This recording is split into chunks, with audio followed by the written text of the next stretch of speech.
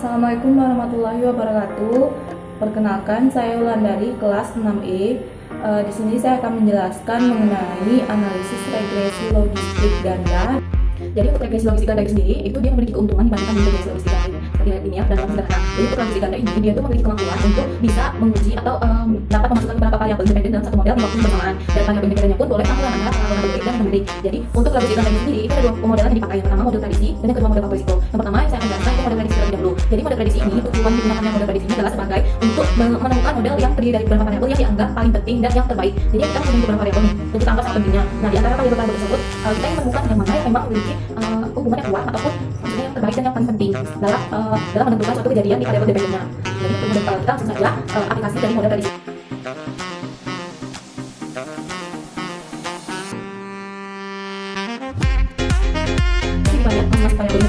Nah, jika ada yang nilai signifikansinya di bawah 0,25, maka variabel tersebut bisa masuk ke dalam model prediksi kemudian atau model multivariat yang kita berarti. Kemudian jika dia di atas 0,25, misalnya dia menunjukkan, tapi harus dalam catatan jika variabel tersebut dianggap penting atau sensitif dalam penelitian. Nah, perlu diketahui dan perlu diingat kalau seleksi variabel ini tidak disarankan ke model prediksi yang sekarang. Karena seleksi variabel ini hanya dilakukan jika tidak terdapat software komputer atau program komputer yang dapat melakukan perhitungan cepat. Jadi itu boleh menggunakan seleksi variabel. Tapi kalau misalnya kita sudah menggunakan perhitungan cepat dengan menggunakan software SPSS, itu saya kira tidak perlu menggunakan seleksi variabel lagi. Jadi langsung saja ke tahap pemodelan.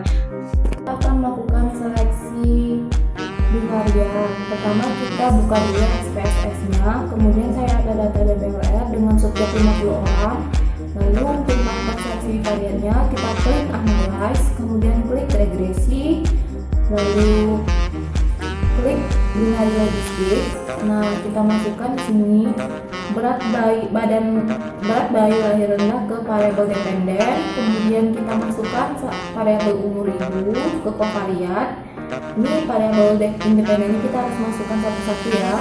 Kemudian klik option, baru centang CI for EXPB ini 95% karena tingkat kesalahan yang akan kita gunakan yaitu hanya 5%. Klik continue, lalu klik OK. Nah, akan keluar output hasilnya. Kita lihat di omnibus test of model coefficient, signifikansinya yaitu 0,097, jadi yaitu di bawah 0,25. Jadi itu variabel ini dapat dilanjutkan ke analisis multivariat. Kemudian kita lihat lagi di sini ada nilai ON-nya itu 0,950. Kemudian kita akan menguji variabel ras dengan DBLR. Kita lakukan langkah seperti yang sebelumnya. Nah, kemudian variabel kita tinggal gantikan dengan ras. Nah, ras ini ada 3 kategori ya. Yang pertama ada yang hitam, ada yang putih, dan yang kuning. Jadi ini perlu kita kategorikan ke menggunakan mutable karena ras ini dia lebih dari 2 kategori. Jadi mutable itu berfungsi untuk membuat variabel tersebut menjadi 2 kategori saja. Caranya klik kategorikal, kemudian kita masukkan kovariat kategorikal kovariat ini yaitu ras. Nah, kita di reference kategori itu kita centang first, kemudian change. Nah, kemudian klik continue, lalu klik OK. Nah, di sini hasil outputnya lihat di omnibus test yaitu 0,082. Artinya dia di bawah 0,2, jadi bisa dilanjutkan ke analisis multivariatnya. Kemudian kita lihat di sini ras 1, ras 2. Di sini ada OR-nya yaitu ras 1 2,328 sama ras 2 1,889, itu OR-nya. Kemudian kita lakukan seleksi bivariat untuk variabel hipertensi. Caranya klik analyze seperti yang ras dan yang sebelumnya itu sama. Kemudian hasilnya kita keluarkan, diganti dengan hipertensi, kemudian masukkan ke kotak kovariatnya. klik OK. Nah, outputnya yaitu sini omnibusnya signifikansinya adalah 0,45. Nah, 0,045 berarti dia di bawah 0,2 dan berarti dia memiliki dia signifikan. Dan kita lihat di sini OR-nya yaitu 3,36,6. Nah, artinya ibu yang hipertensi memiliki risiko untuk bayinya BBLR sebesar 3,3 kali lebih besar dibandingkan ibu yang tidak hipertensi.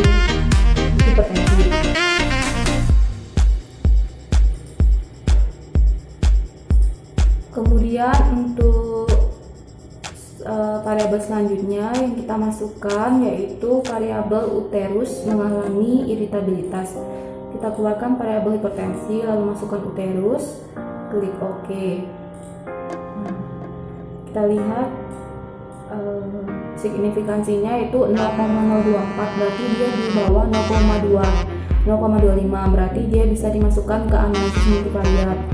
Dan untuk OR-nya itu sebesar 2,578, artinya ibu yang mengalami uterus mengalami iritabilitas itu memiliki risiko 2,5 kali lebih besar dibandingkan dengan ibu yang tidak mengalami uterus iritabilitas.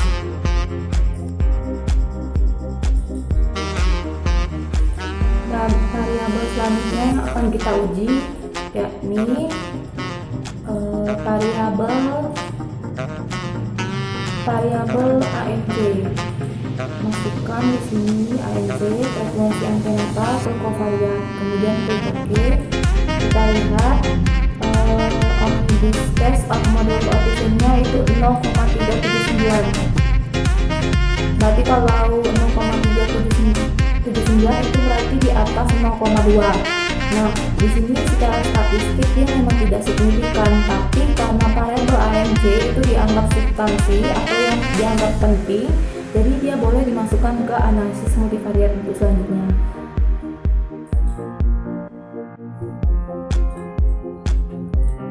Untuk selanjutnya variabel yang akan kita uji yaitu variabel rokok. Kalau seperti sebelumnya, kemudian klik OK, masukkan ke kovariatnya dan lalu klik OK. Yang dapat yaitu omnibusnya 0,027 sehingga variabel rokok ini bisa dilanjutkan ke analisis multivariat karena dia bawah 0,2.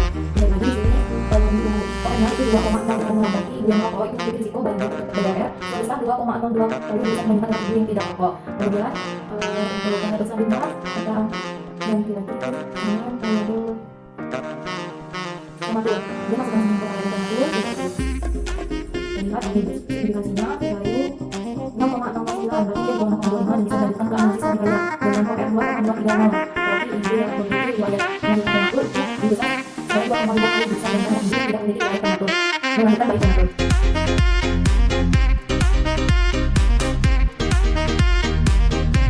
Untuk tahap kedua kita ada tahap pemodelan. Jadi tahap pemodelannya dibagi pertama tahap model sama yang disebut itu model itu kita masukkan semua variabel yang tadi lolos di seleksi variabel lalu diuji dari variabel. Kemudian yang kedua itu kita mereduksi dari tiga model yang memiliki dari variabel yang signifikan dan cara menggunakan variabel yang di atas 0,5 dan itu digunakan untuk satu baru diuji lagi. Di mana variabel itu yang memiliki signifikansi yang paling besar atau variabel yang paling besar baru diuji lagi, dikeluarkan lagi baru diuji lagi.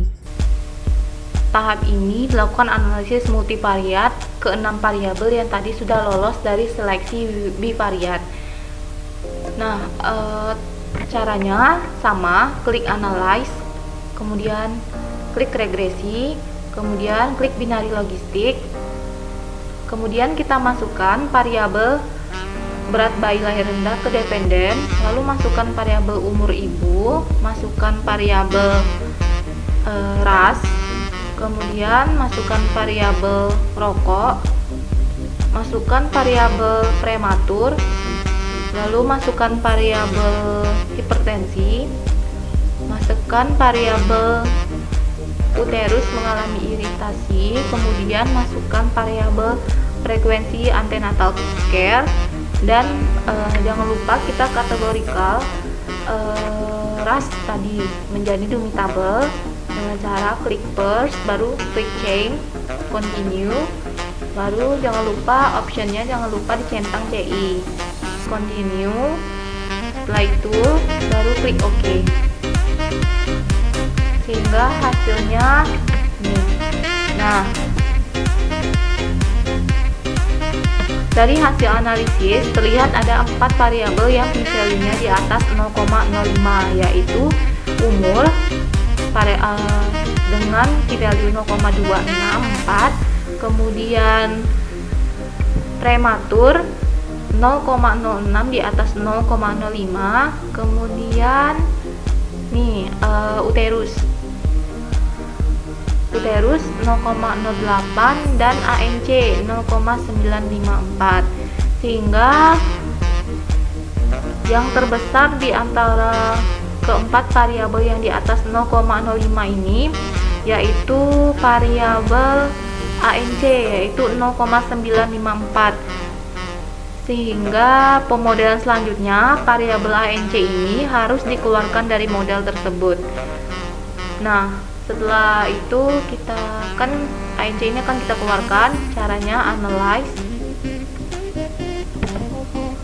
klik regresi, kemudian klik binary logistik, kemudian kita keluarkan tadi ANC tadi kita keluarkan, kemudian kategorikalnya jangan lupa first, change, continue, klik OK. Nah, sehingga hasilnya seperti ini.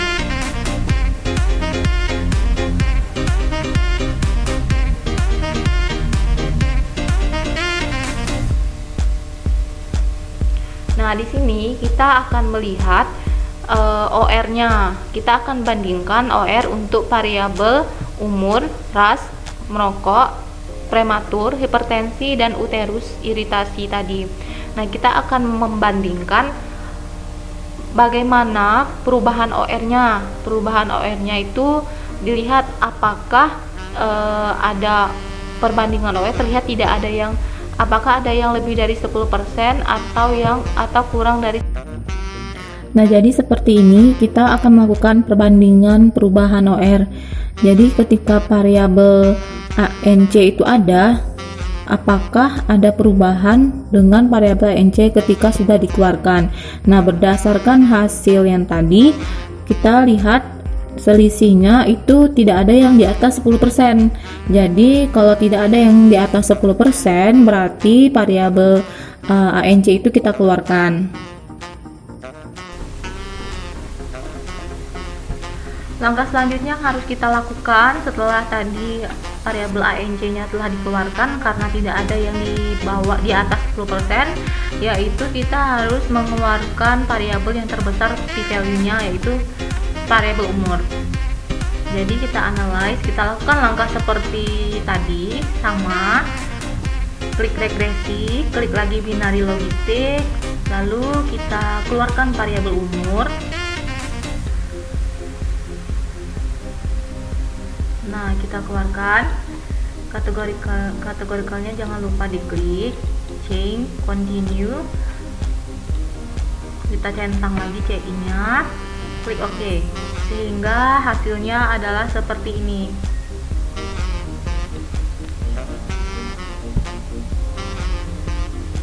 Jadi kita lihat di sini yang variabel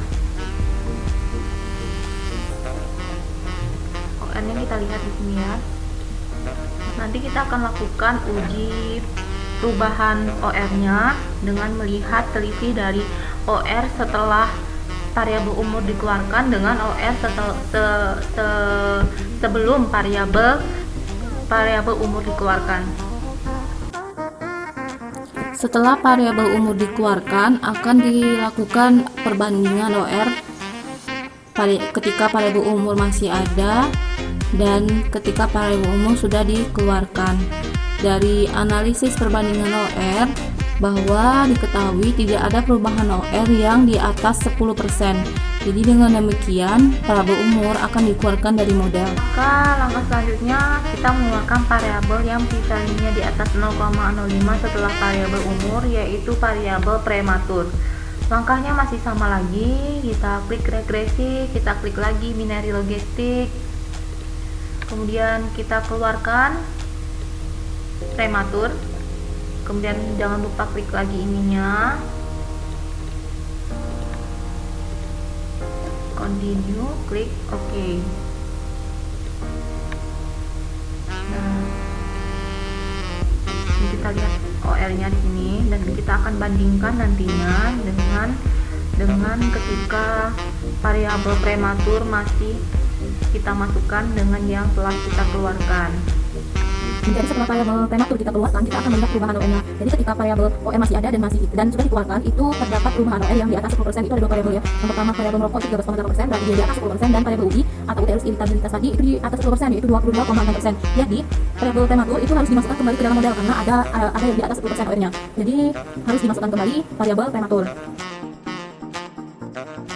Model selanjutnya kita akan mengeluarkan variabel uterus iritasi tadi atau kelainan uterus, masih sama namanya, klik regresi, klik lagi binario logistik, lalu kita masukkan riwayat melahirkan prematur tadi, dan kita akan mengeluarkan variabel uterus. Klik OK. Maka hasilnya seperti ini. Nah, kita akan membandingkan OR dari setelah dikeluarkannya variabel UI dengan sebelum dikeluarkan UI. Setelah dilakukan pengeluaran variabel uterus iritasi kelainan uterus atau UI tadi dikeluarkan, maka kita akan melihat perubahan OR ketika UI masih ada dan UI tidak ada. Nah, setelah dilakukan perbandingan OR, ternyata ada yang di atas 10%, yaitu variabel hipertensi. Jadi dengan demikian variabel UI itu harus masuk kembali dalam model.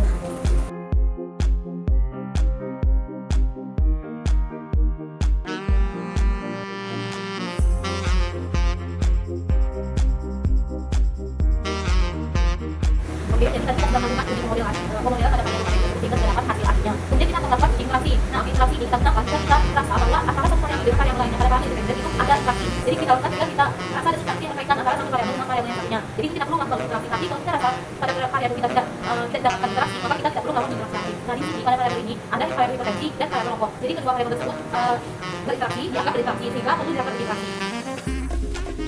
Langkah-langkah untuk uji interaksi, klik analyze, klik regresi, kemudian klik binario logistik, lalu ini variabelnya sudah benar, ada ras, ada rokok, ada hipertensi, ada prematur, ada UI. Jadi setelah kita masukkan variabel tersebut di varian, kemudian kita klik next. Nah, klik next ini di blok 2 dari 2 ini adalah gunanya untuk memasukkan variabel interaksi ke dalam uji logistik ini. Lalu kita masukkan variabel yang ingin kita uji, yaitu variabel rokok. Klik rokok, tapi kita blok dulu rokok, kontrol, terus klik lagi hipertensi. Nah, kemudian ini ada tombol. Nah, ini kita klik. Nah, ini HT bintang rokok. Kemudian kita lupa kita akan kembalikan lagi tadi karena oke, continue. Oke. Nah, kita lihat hasilnya. Nah, ini dia. Kita lihat di omnibus test of model coefficient. Signifikansinya 0,994. Artinya di sini adalah dia lebih besar dari 0,05. Jadi tidak ada interaksi antara rokok dengan hipertensi. Dengan demikian, pemodelan yang telah kita lakukan tadi telah selesai sehingga model yang valid adalah yang seperti ini. Ini model yang valid.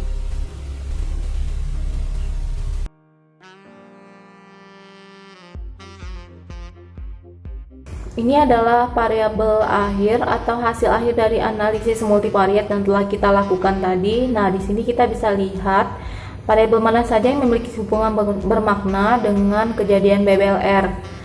Di sini kita bisa lihat di signifikansinya p-value dari ras itu 0,019, artinya dia di bawah p-value 0,05, berarti ada hubungan yang bermakna. Kemudian ada variabel rokok yang mana signifikansinya 0,01, berarti dia memiliki hubungan bermakna. Kemudian hipertensi 0,03, berarti ada 3 yang bermakna di sini.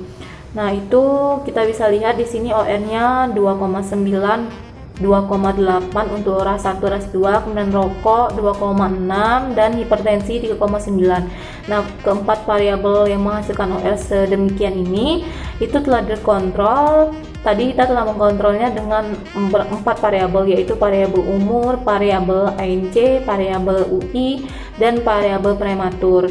Nah, untuk melihat variabel mana yang paling terbaik atau variabel yang paling berpengaruh terhadap BBLR, kita bisa melihat di sini yang mana OR yang paling tinggi, yaitu OR hipertensi, yaitu 3,912.